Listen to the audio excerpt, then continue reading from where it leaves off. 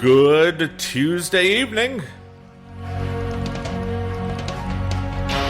from the famous state of Georgia. It is Command Briefing. I'm your host, Jared A. Chambers.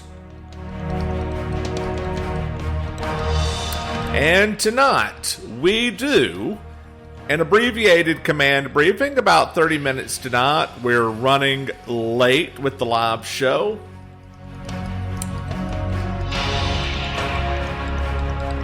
But there's one singular story on everyone's mind anyway tonight, and that is, take a load off, Fani. Fani delivers the indictment. We talked about it last night, and there was plenty to talk about already, because what did Fulton County do? They posted the indictment as a case docket on the clerk of court's website before the true bill was ever delivered by the grand jury.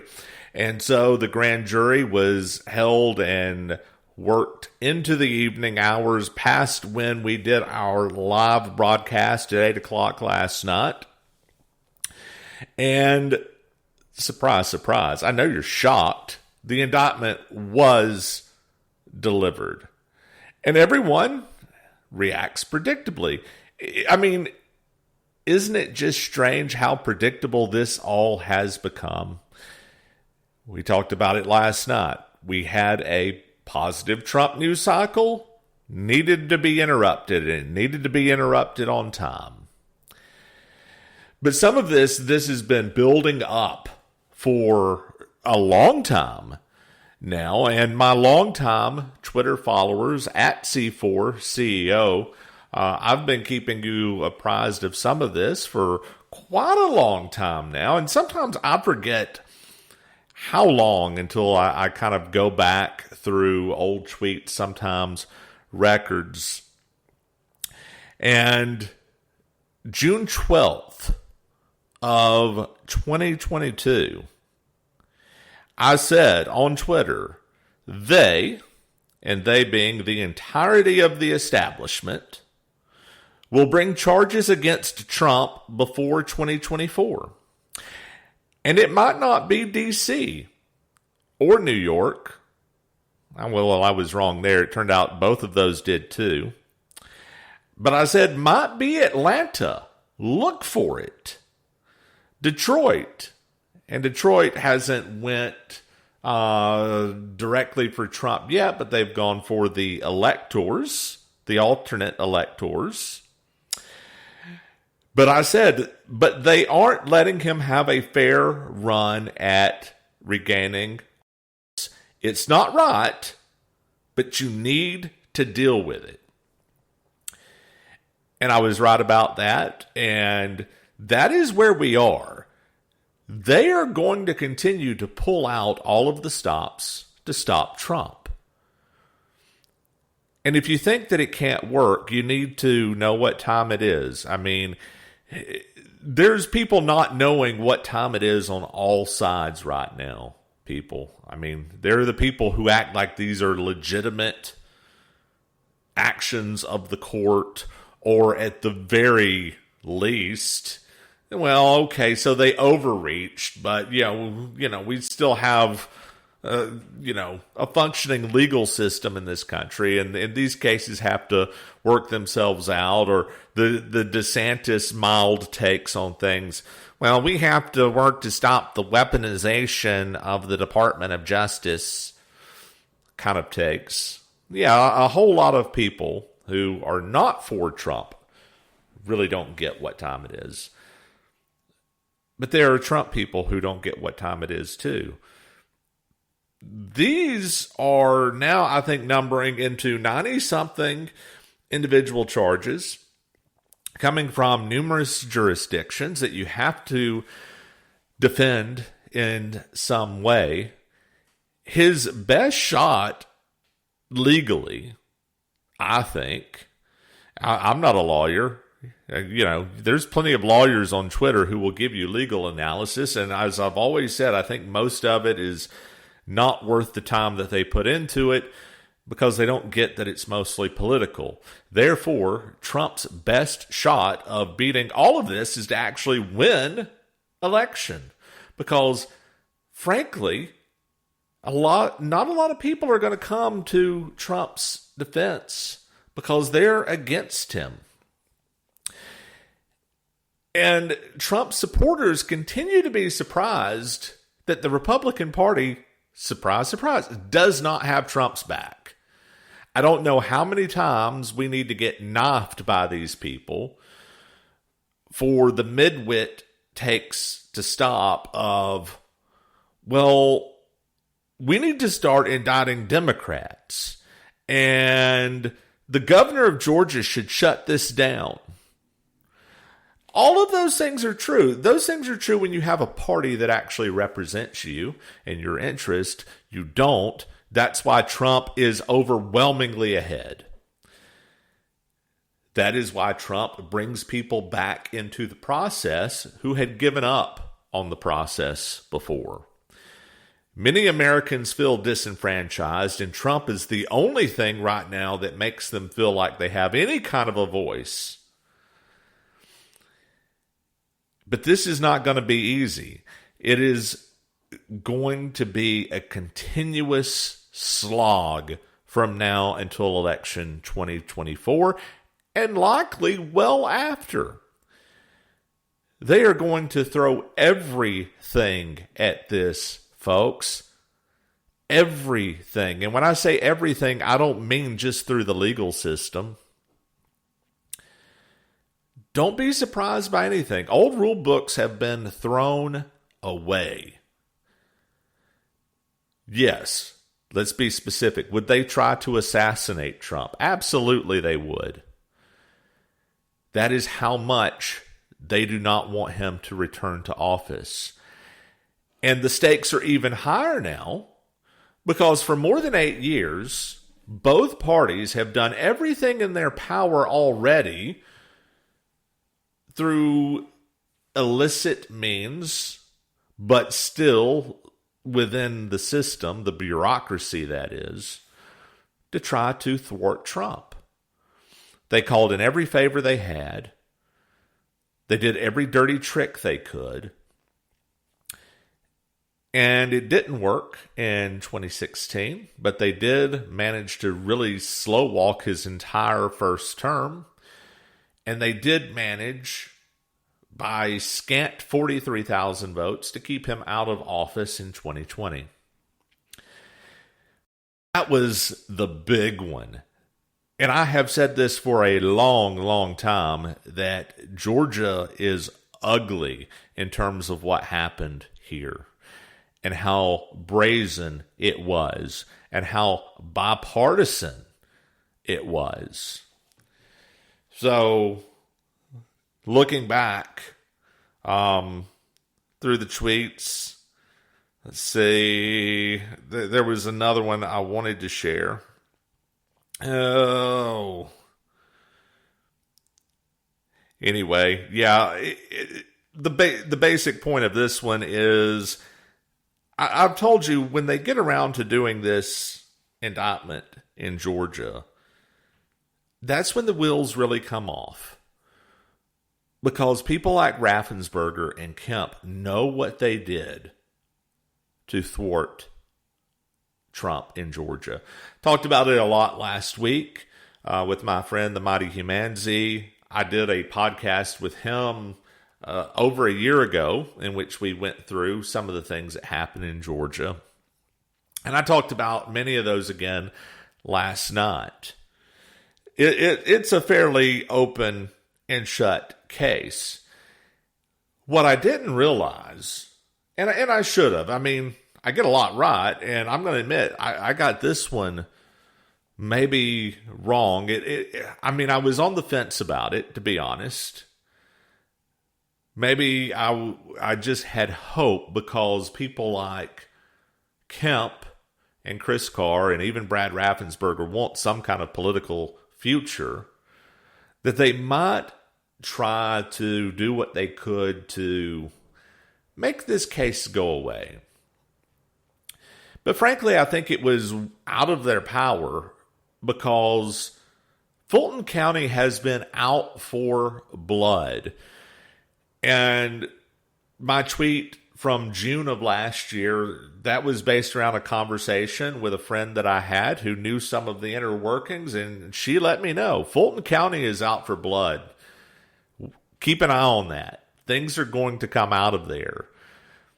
Fani Willis is corrupt and unstoppable, and her indictment is the wet dream of all liberal activists who hate Trump. Now, Jack Smith has to somewhere have his head in his hands at this moment, wishing maybe that this would go away. Because as ridiculous as his indictment is around January 6th and around the documents and Mar-a-Lago, all of those things, this one is completely nutters, folks. I mean, pages upon pages and exhibit upon exhibit accusing Trump of basically being an organized crime boss. And yes, that is intentional. The RICO statute invocation here was intentional to make Trump look like a crime boss. What has the godfather of populism done in pursuit of his racketeering? Well, one of the things is he told people in a tweet to tune in to the One America News Network to watch a hearing that was being broadcast. Another time he told them to tune in to Newsmax for something that was going on. This was in a tweet. Another time, and there's multiple people who are also indicted in this. One of them being former chief of staff Mark Meadows. Guess what he did? His job in the organized crime outfit that Fani Willis has identified here, sent a text message to somebody asking if he could get a phone number for him for somebody in the Pennsylvania state legislature. He asked for a phone number, folks. And other people have been pointing out the ridiculousness of all of this. And of course, you have the left-wing activists who know to be embarrassed by this. But then they accuse you of, well, why don't you talk about the substantive parts of this? Why are you focused on this stuff? Because, idiots, this stuff is what it is. This is their case. There is no more substance. You think that there is more behind this because you have been brainwashed. At the best, your brainwashing is that the election in 2020 was on the up and up. But that's the fairly mild case of brainwashing.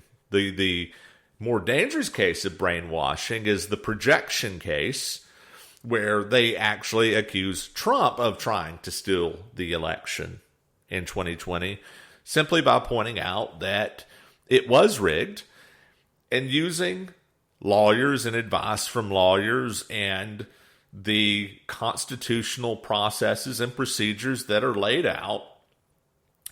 He used every means available to him to contest the election.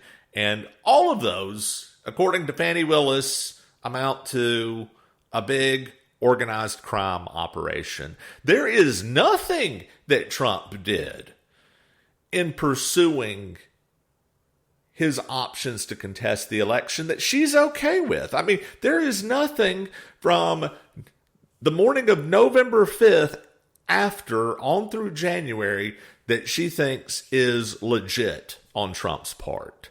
None of it. That is just some weird stuff, and everyone knows it. So people are out there saying, you know, when's Kemp going to shut this down? Georgia has the power. The governor has the power to remove a rogue DA from office. It's true. He's not going to do that. Do you realize the blowback that would be on this man? White governor removing a black DA in Atlanta? I mean, he is so between the proverbial rock and the hard place. He just doesn't even know what to do right now, especially because he knows, and I told you this was going to happen, he and Raffensperger and everyone they're getting really twitchy. And I talked a little bit, I read you a statement from former Lieutenant Governor last night, Jeff Duncan, basically went on a rant about how Trump is the worst Republican ever.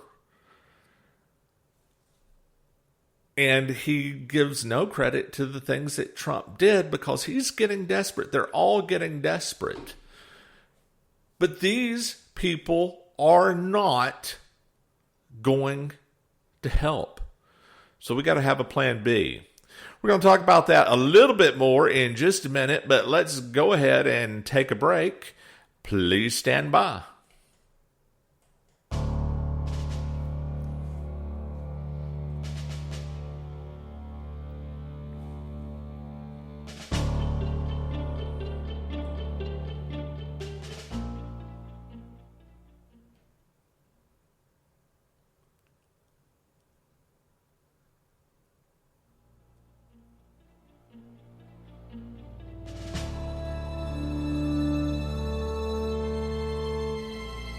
All right, we're back. Thanks for hanging in there through the break. So, what did Governor Kemp actually have to say? Well, first of all, he didn't issue a statement with the indictment. What really got Kemp fired up this morning is, Trump had something to say about this. You knew he would, didn't you? And I told you, this is going to open up, unless Trump just has the stupidest lawyers ever, which is always possible, he is about to have a field day. And that is why there's such a public battle about this to set the narrative ahead of time. Because Trump is ready to go. A large, complex, detailed, but irrefutable report on the presidential election fraud, which took place in Georgia, is almost complete and will be presented by me at a major news conference at 11 a.m. on Monday next week in Bedminster, New Jersey. Side note, that's the 21st. Mark your calendars, folks. Continuing the Truth Social posting. Based on the results of this conclusive report, all charges should be dropped against me and others. There will be a complete exoneration. They never went after those that rigged the election. They only went after those that fought to find the riggers. So Trump is ready to go. And he, believe me, folks, has plenty of material to work with.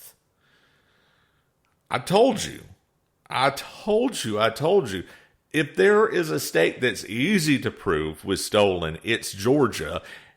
And without going through point by point, as I've done before, just remember one thing. If you don't remember every other point that I have went through on multiple episodes since I've started the podcast again, on my Twitter account, back in the fall and winter months of 2020 going into 2021 on the old Periscope command briefings.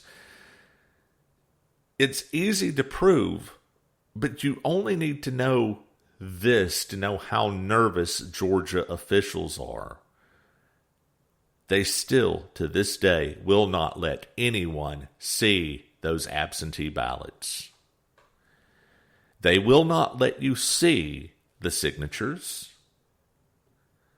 They will not let you see the legally required chain of custody documentation. They have stonewalled time after time after time Because, folks, out of hundreds of thousands of ballots, if you don't think when they turned the standards down as low as they did, such that we got in more paper absentee mail-in ballots than ever before, and the rejection rate was historically low at the same time, they know that coming up with that 11,780 fraudulent ballots wouldn't be hard if anyone just took the time to look. And Trump's not going to let it go.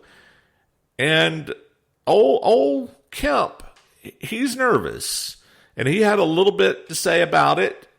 Now, folks, I'm from Georgia. And if you're listening, you may detect slightly an accent on my part. I say that in jest. Of course, you know the accent. Kemp really, especially during campaign time, turns up his accent. And I don't know if I could ever really do a statement by him the justice of the way that man speaks. But it'd be something like, the 2020 election in Georgia was not stolen. For nearly 3 years now, anyone with evidence of fraud has failed to come forward under oath and prove anything in a court of law. Our elections in Georgia are secure, accessible, and fair, and will continue to be as long as I am governor. The future of our country is at stake in 2024, and that must be our focus. Yeah, they want you to look at anything except what happened in 2020. They're scared of you looking at it, and that has always been the line. And it's a DeSantis line. It is a Kemp line. It is the line of a lot of people who were involved in the Republican establishment and stealing 2020. Like, hey, no one wants to talk about 2020. That's over. We have to focus on the future. Kemp doesn't want you to look at 2020 because he knows what he did. He knows he certified an election that he should not have certified. He knows it's going to come out. The only hope that he has is of Trump in some way imploding first, and that eyes move away from this, and no one's paying attention when all of this gets brought to light. But that's not going to happen because Trump's not just going to go away. But it really makes me think, too, of course it makes sense that people like Raffensperger and Kemp say, oh, we must focus on the future. It makes sense that GOP establishment types who understand that the election was stolen, but who are happy to see Trump gone, say, focus on the future. And as their current puppet as a means to take Trump out, it's not surprising that DeSantis would say this. But, it really started to occur to me between last night and today that some of these more troubled, shall we say, online influencers who work on the behalf today mostly of DeSantis have been using the same line for a long time. We need to focus on the future. We can't go back. Independence will kill us if we look at this. Even though hard data points point to the opposite. People are really troubled by what happened in 2020, and they want some serious answers. And right now, no one is confident that we can have a real election in this country. And that's a problem. You can't have a real social contract if no one trusts the results of an election. But then I have to start wondering, when some of these influencers who have now migrated towards DeSantis, but folks, they've been saying this whole lot about forget 2020 for a lot longer than they've been with the DeSantis campaign. That's just like the latest thing. And I just have to wonder how many influencers, and among those are actual attorneys and media types, how many of them were undermining Trump the whole time, pretending to help him? You have indicted now Jenna Ellis, which, as ridiculous as this indictment is, and she shouldn't be indicted any more than Trump's been indicted, but I still have to laugh. She really thought that she could join the other team and turn on Trump and that they really would eat her last. And it never works that way. And it's just funny to see, again, all of these things are predictable. I know, I predicted it. And these people find out and get their comeuppance that, no, pretending to join up with the libs never works unless you are 100% on their team. That's not good enough for them. So Jenna's caught up in this, but I have to wonder, was she giving her best effort back in 2020? Did she really intend to help Trump? Or is her turn in more recent times and her turn in a Colorado courtroom disavowing her own statements about 2020 to save her law license there? Was that just a spur of the moment, CYA maneuver? Or was she actually undermining Trump the whole time? People like Bill Mitchell, was he trying to help Trump before? Was he just trying to ride the coattails? Or was he getting paid by somebody to undermine Trump? Same Cardillo. Were you ever really a Trump supporter? Or were you working another angle? I'd love to see affidavits from these people. Swear to your income sources. Swear to all of the people who pay you. I bet you could connect some interesting dots. That's all I can say about it. And when I see lawyers/influencers on Twitter who claim, well, I was there. I was on the front lines. I was helping Trump in 2020. And I just have to say, were you really? Because you don't seem awfully invested.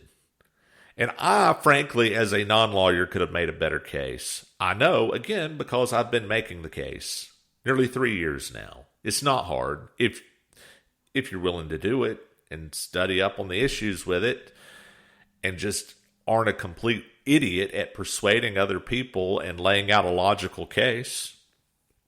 Not that hard. Not that hard. So I wonder about the loyalties of many of these people. But one thing I can tell you, folks, stop looking for the external savior. It's not coming from those legal analysts from conservative media who treat these cases as semi-legitimate.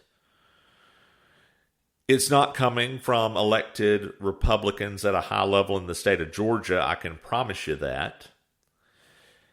It's not coming from Congress. I mean, how much more do you need to see? They won't even release the January 6th tapes they've promised.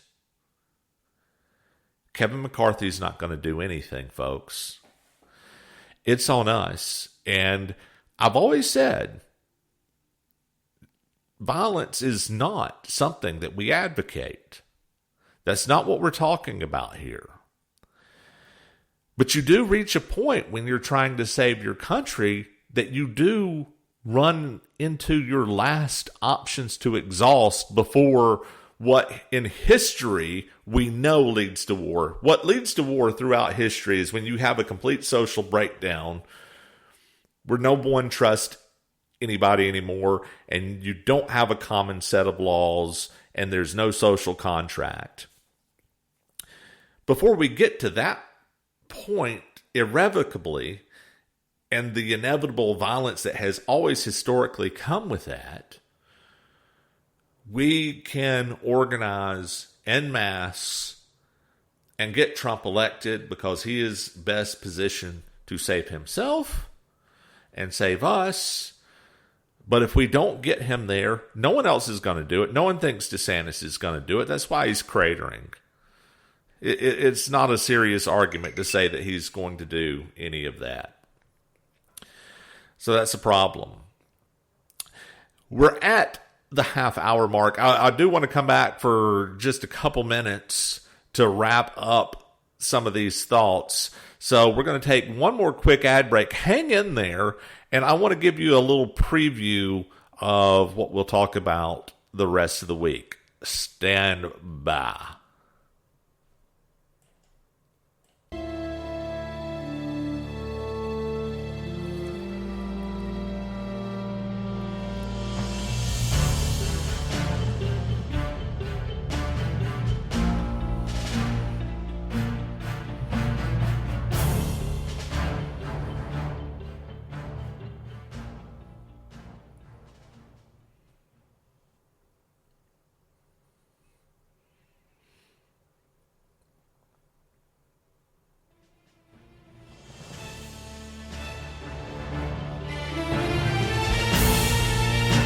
All right.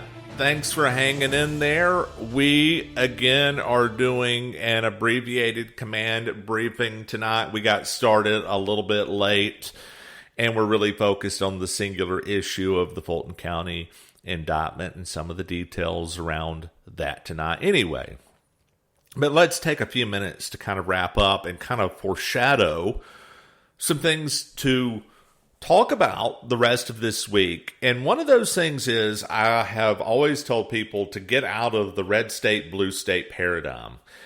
Georgia is/was a red state, and you see the fatal flaw in that construct. It is Atlanta, Fulton County. It is our urban center where there are lots and lots of people, but very little geography. But they have an outsized sway on the politics of the entire state. They have an outsized sway on the economy of the state.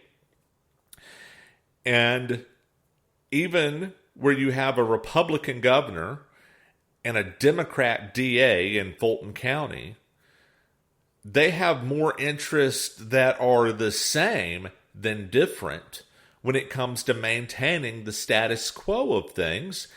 And so that leaves us, the voters, very unrepresented. And it has always been a fallacy to think that this national divorce idea that some people throw around can work. One, because there's no such thing as a nonviolent national divorce. It's not a historical thing. It doesn't happen. Get over it. It's not real. The number two thing is there's no logical way to divide things up. There are no red states and blue states. There are states which are somewhat more controlled by their urban mass than others by virtue of the size of their cities versus their rural population. But most all states have a rural population, and they're way more conservative than their urban centers. And you can't just pluck out these cities and divide things up that way. And two, we need the cities. Let's be real. We need transportation hubs. These cities formed where they did for a reason at a point in history. Transportation, commerce, infrastructure, these are real things. That's why you have cities. Atlanta, it's been there since it was named Terminus. Long time ago, pre-Civil War. Terminus, why? It's where all the railroads went to. Guess what? It's still where all the railroads go to. Look at any major highway in Georgia on a map. Look at the interstate highway system. The interstate highway system mirrors the old U.S. highway system. The old U.S. highway system mirrors the railroad lines going in and out of Atlanta. That's something that doesn't change just because we decide that it's politically inconvenient to work with these places anymore. So, folks, we have to start thinking about what we do with these cities and how we learn to govern them, to change the politics of them. This idea of, well, I'm just get out of the cities and forget about them, it's not going to work. You want your kids to get an education, right? Guess what? Those colleges are in cities. And we've walked away from too much of that too. We keep walking away from things, and there's a time, sometimes you have to avoid things for self-preservation. I get it. I'm not saying everyone needs to, move there and live the urban life. I don't like the urban life myself. It doesn't fit me. But thinking that you can turn your back on these problems and that they will no longer affect you just isn't working either, is it? It's not. Spoiler alert. In case you were wondering, it's not working. Let me fill you in. So we're going to talk about that more this week. And also we're going to talk about a little bit more this week. How do you insulate yourself from some of these problems? I mean, it's a thing. I get it. How do you formulate an escape plan when the system is so rigged against you, and when you are unrepresented by either party, and when both parties work together to freeze you out? How can you start to insulate yourself other than this fallacious idea that you can just turn your back on things and walk away? And I think that that's something strategically, past getting Trump elected in 2024 for the moral righteousness of that cause and the immediate need to do that because it solves certain logistical and legal problems that otherwise aren't going away. That's the next step. We either have to win or lose. There is no forfeit. Forfeiting is not an option. So what are we going to do to win? And again, this is not a show. This is not a conversation about going to war. The reason these conversations are important, people, is so that you can avoid that as an inevitable outcome when people are disenfranchised and feel like they are no longer part of the system. There's only one thing that comes from that through history. Once people are checked out and feel like they're unheard, they no longer have a place in the process, they become wild cards. They become loose cannons. And as the old song goes, freedom's just another word for nothing left to lose. You don't want to see people left in that predicament of where they feel like they have nothing left to lose because everything's been taken. Really important on that. So be thinking about that. We're going to talk more about that this week, in addition to any other news items that come up. Hopefully the rest of this week we won't have any more interruptions. But thanks for hanging in for, again, a shortened episode of Command Briefing tonight. I'm your host, Jared A. Chambers. We'll be back tomorrow.